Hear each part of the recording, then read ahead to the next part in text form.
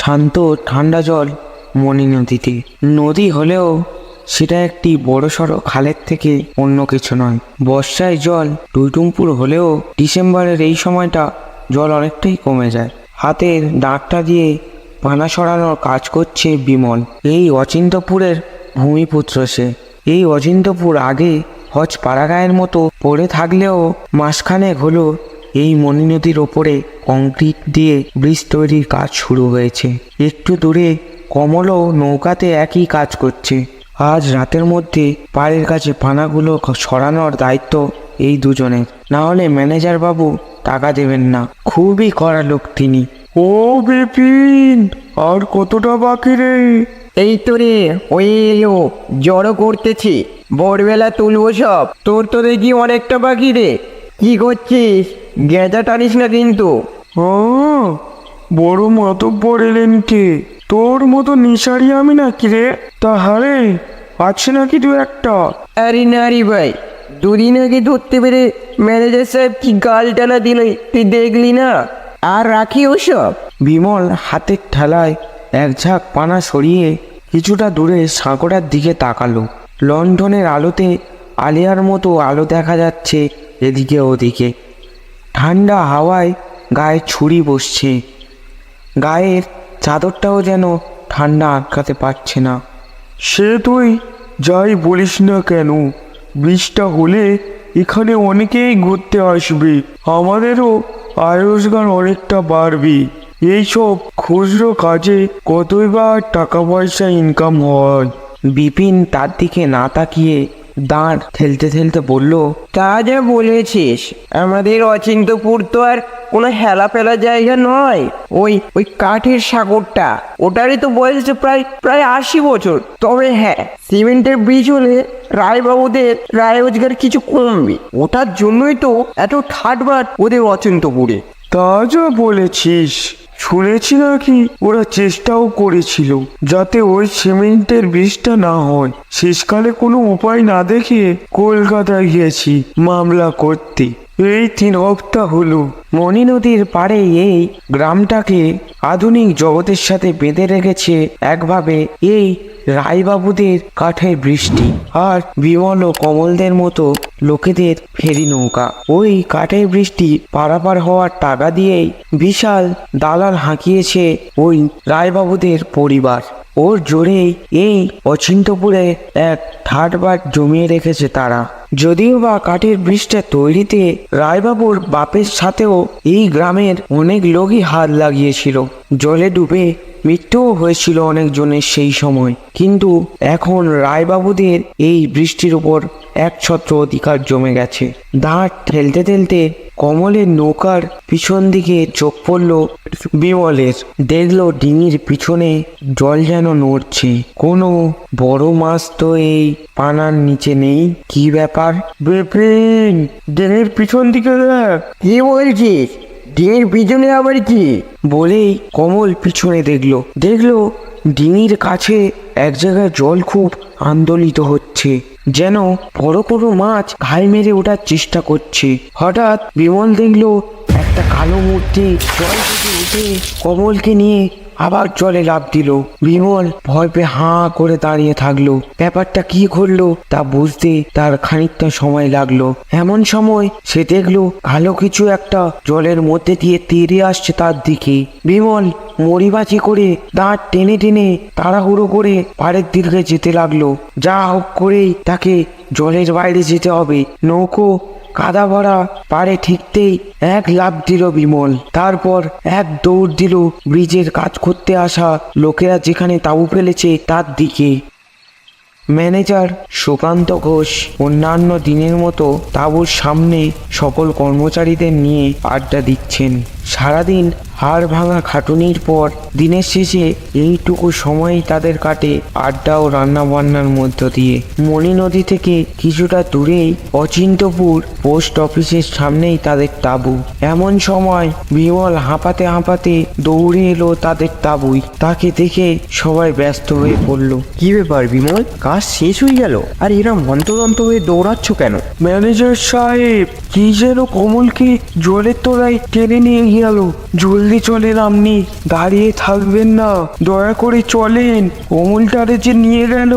শান্ত হও। এই দুজন চলো তো, একটা লাঠি আর একটা লণ্ঠন নাও। অনিচ্ছা সত্ত্বেও ম্যানেজারের কথায় দুজন লোক রাজি হয়ে লাঠি ও লণ্ঠন নিয়ে যেতে লাগলো। বিমল তাদের নিয়ে আবার ফিরে চলল সেই মণি নদীর তীরের দিকে। ঠান্ডা শান্ত জলের কাছে এসে দাঁড়ালো চারজনে। সূর্য বাঁধানো ঠান্ডা বাতাসে হাড় পর্যন্ত জমে যাওয়ার অবস্থা হচ্ছে সবার। জলের পচা পানার উপর আলেয়া ভেসে উঠছে থেকে থেকে। দূর দূরান্তে কারোর চোখে কিছু ধরা পড়ল না, শুধু তাদের চোখে পড়ল জলের মাঝে কমলের নৌকো ও পাড় থেকে কয়েক হাত দূরে বিমানের নৌকাটা। কোথায় কমল, কোথায়? কমলকে আর কোথায় পাবেন স্যার, তারে তো জলের নিচে টেনে নিয়ে গেল। ই বলটা বলছি, বলতো নেশাবান টেশাবান করে আছিস নাকি? জলে পড়ে গেছে হয়তো, এর বেশি তো আর কিছু হতে পারে না। হ্যাঁ বলেন তো, নেমে একবার দেখি নাকি? না থাক, ঠান্ডা জল আবার শরীর খারাপ হতে পারে। কিন্তু অন্ধকারে তো কিছু দেখাই যাচ্ছে না। কমল, ও কমল! তার দেখে শ্যামও দুপায়ে গিয়ে এসে কমলের নাম ধরে ডাকতে থাকলো, কিন্তু কোনো সাড়া শব্দ পাওয়া গেল না। এমন সময় দলের আরেকজন কাঠের সাঁকোটার দিকে তাকিয়ে কি যেন দেখতে পেল। ও ম্যানেজার সাহেব, ওদিকে দেখেন। নুরুলের কথায় তারা তাকিয়ে দেখলো ওই সাঁকোটার দিকে। দেখলো একটা লোক, মুখে গোঁফ দাড়ির জঙ্গল, এক দৃষ্টিতে তাদের দিকেই দেখে যাচ্ছে। লোকটার চোখ দুটো যেন অন্ধকারে দপদপ করে জ্বলছে। কে কে ওখানে? উত্তর দাও। লোকটা কিছু না বলে ঝপ করে লাফ দিল জলে, তারপর সাঁতার দিয়ে জলে গায়েব হয়ে গেল যেন।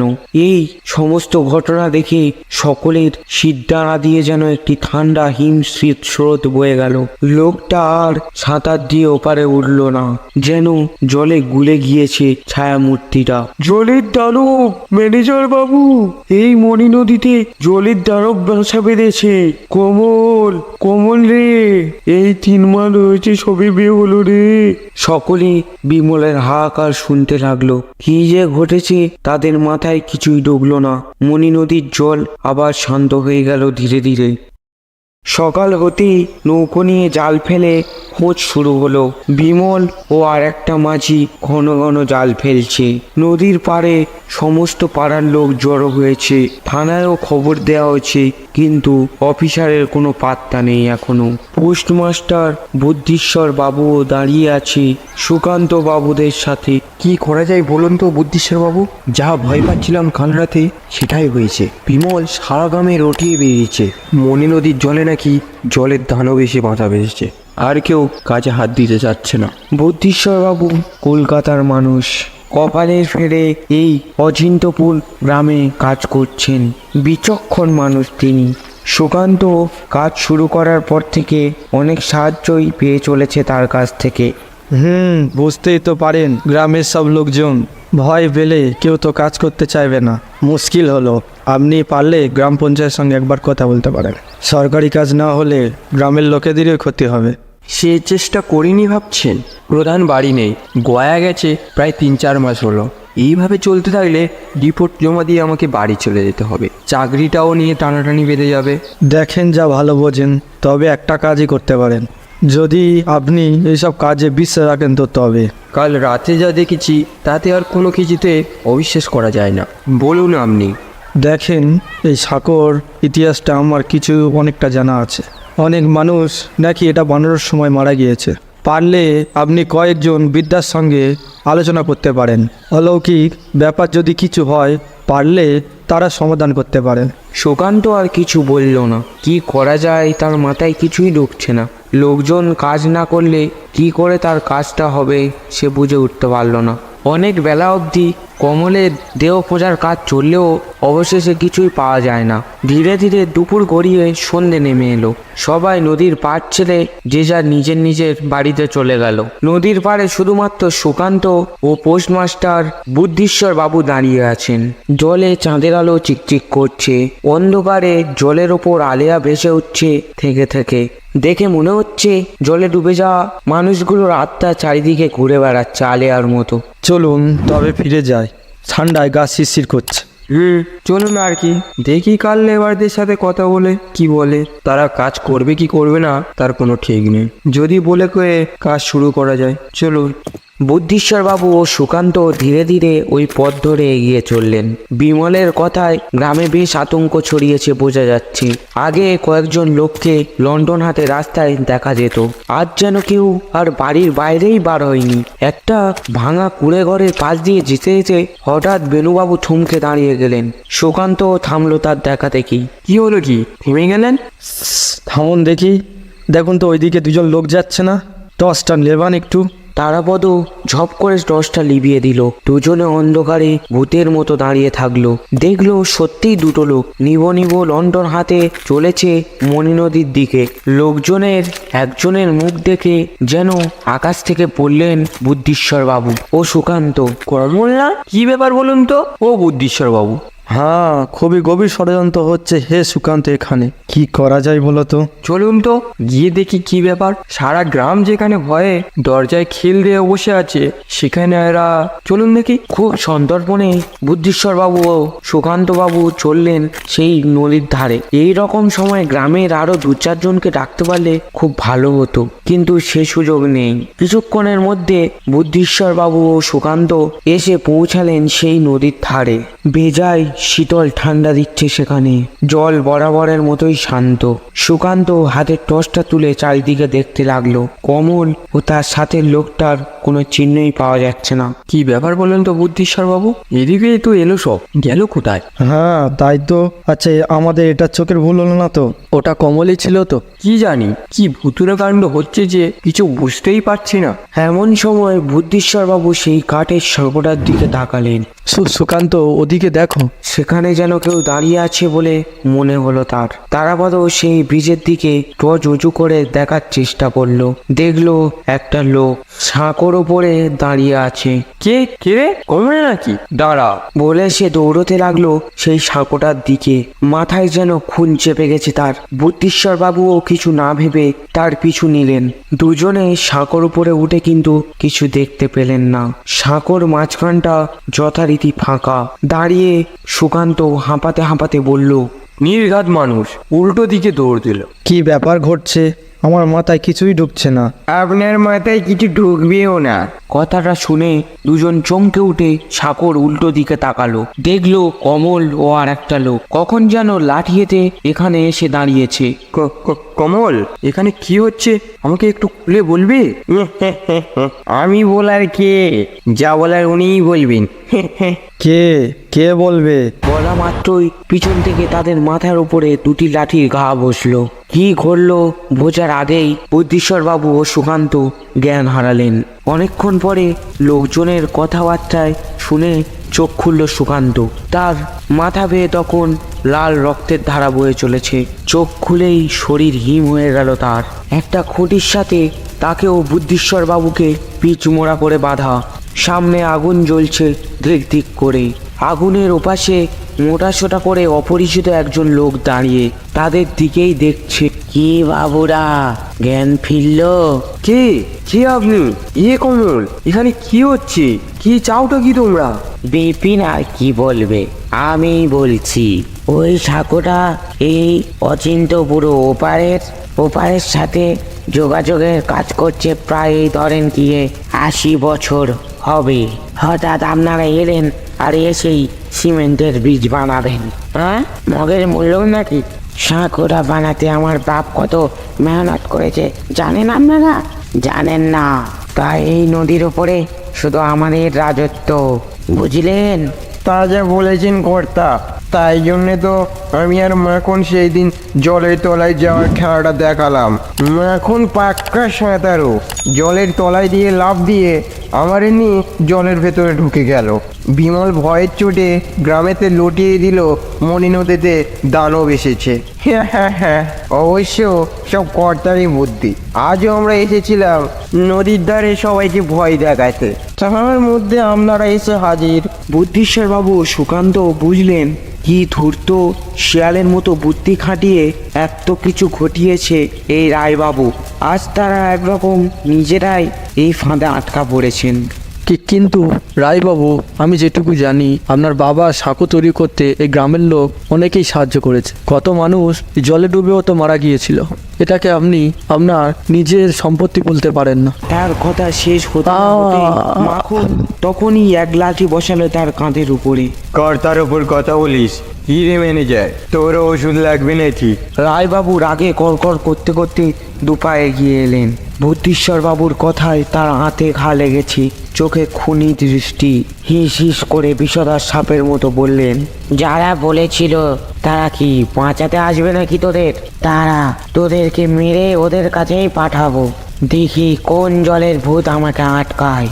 কথাটা শেষ হওয়ার সাথে সাথেই মরি নদীর জলে একটা যেন তোলপাড় উঠল। নদীর পাড়ে শুরু হলো প্রবল হাওয়া, যেন নারকেল গাছের মাথাগুলো ভেঙে পড়বে এমন জোরে হাওয়া হতে থাকলো। কি ব্যাপার গো কর্তা, এই সময় তো এত হাওয়া হয় না? হঠাৎ করে প্রকৃতির এই পরিবর্তন সবাই তাজ্জব হয়ে দেখতে লাগলো।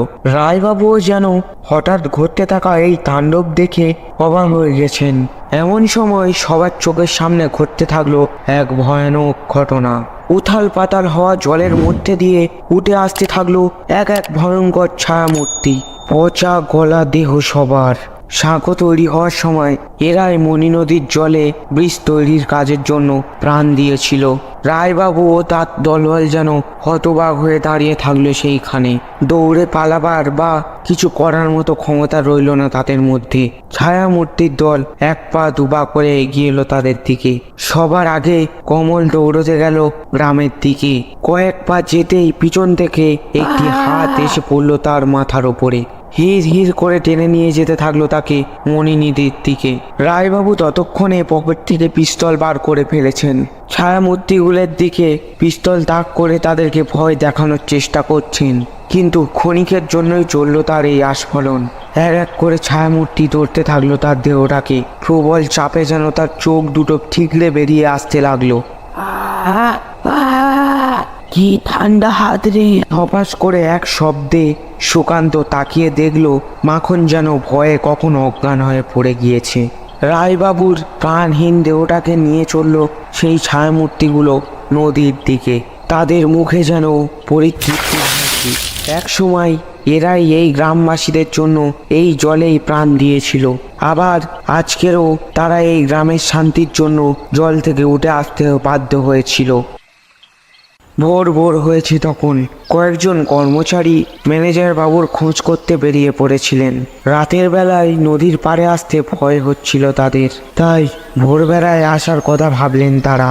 কিছুক্ষণের মধ্যেই তারা নদীর তীরে সুকান্তবাবু, বুদ্ধিশ্বরবাবু ও গ্রামের ত্রাস মাখন সর্দারকে খুঁজে পেল তারা। তিনজনেই তখন জ্ঞান শূন্য তারা। সুকান্তবাবু ও বুদ্ধিশ্বরবাবুর হাত পা খুলে দিলে তাদের মুখ থেকে সব শুনে হতবাক হয়ে যায় তারা। নিজেদের স্বার্থের জন্য এত বড় চক্রান্ত যে কেউ করতে পারে, সুকান্তবাবুর মুখে না শুনলে তারা বিশ্বাসই করতে পারত না। এরপর মাখন সর্দারকে চাপাচাপি করতেই সে সব বলে দেয়। এখানে বীজ তৈরির কাজ শুরু করতেই রায়বাবু এটাকে আটকানোর চেষ্টা করেছিলেন, কিন্তু কাজ থামানোই যাচ্ছিল না। তখন এই বুদ্ধিটাই রায়বাবু বের করেন। ভয় দেখিয়ে গ্রামের লোককে দূরে রাখলেই কাজ করার জন্য কোনো লোকই থাকবে না। তারপরেও যদি সাহস করে কেউ নদীর পাড়ে আসে, খুন করে জলে ফেলে দেওয়া হবে। সেটাও ঠিক করি আমরা। তার বদলে কমলকে কলকাতার চাকরি ও আমাকে ব্যবসা করার জন্য টাকা দেবেন বলেছিলেন তিনি। রায়বাবুর ইচ্ছা ছিল বরাবরই তাদের পরিবারের ঠাঁট যেন এই অচিন্তপুরে বজায় থাকে। সকলে হতবাক হয়ে শুনতে থাকলো তার কথা। মণি নদীর জল যেন তখন স্থির হয়ে থমকে দাঁড়িয়ে আছে, যেন সেই জলের তলায় থাকা সেই ছায়ামূর্তিগুলো দীর্ঘ নিঃশ্বাস বাইরে থেকেও সবাই শুনতে পাচ্ছে। এই ছিল আজকের আমাদের নিবেদন। যদি গল্পটা ভালো লেগে থাকে তাহলে চ্যানেলটিকে সাবস্ক্রাইব করুন, গল্পটিতে লাইক করুন এবং কমেন্ট করে জানান আপনাদের কেমন লাগছে আমাদের এই গল্পটি। সবাই সুস্থ থাকবেন, ভালো